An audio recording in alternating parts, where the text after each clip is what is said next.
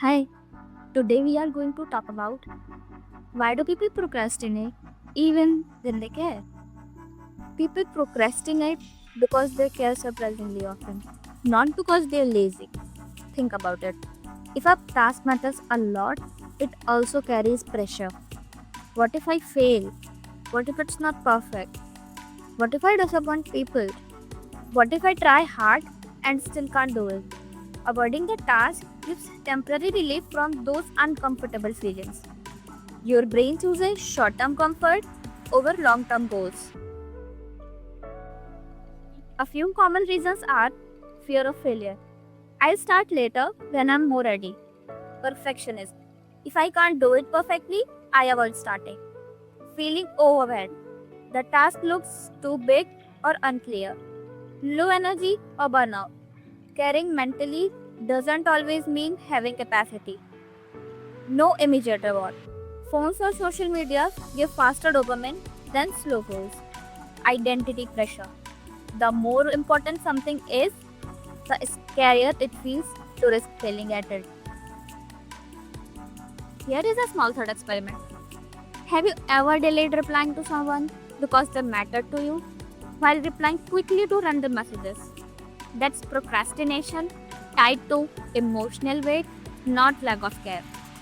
One useful distinction is laziness is not wanting to expend effort, while procrastination is wanting the outcome but avoiding the emotions attached to the process. Now, what do you think usually causes procrastination for you? Overwhelm, fear, distraction, perfectionism, or something else? Now, let us see how can we overcome procrastination. Trying to be more disciplined usually doesn't fix procrastination by itself.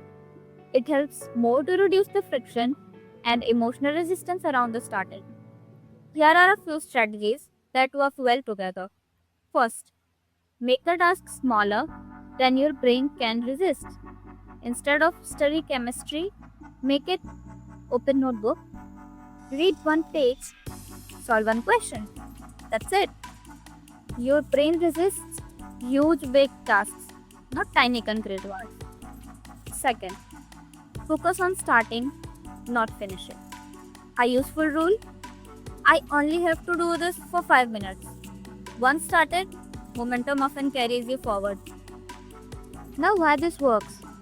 The hardest part of procrastination is usually the emotional barrier before action. Third, reduce perfection pressure. People often delay because they imagine the ideal version of the work. Try replacing I need to do this perfectly with I'll make a rough version first. Bad first drafts are productive. Fourth, make distractions harder to access.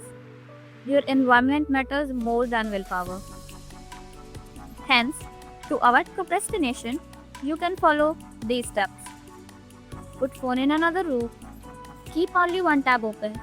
Study at a desk, not bed. Use timers like Pomodoro. 25 minutes of deep work plus 5 minutes break. Fifth, give your brain immediate rewards. Long term goals feel abstract.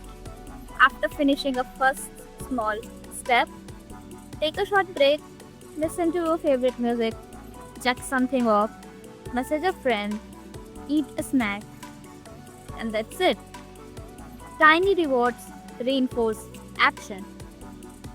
6. Notice the emotion behind the delay.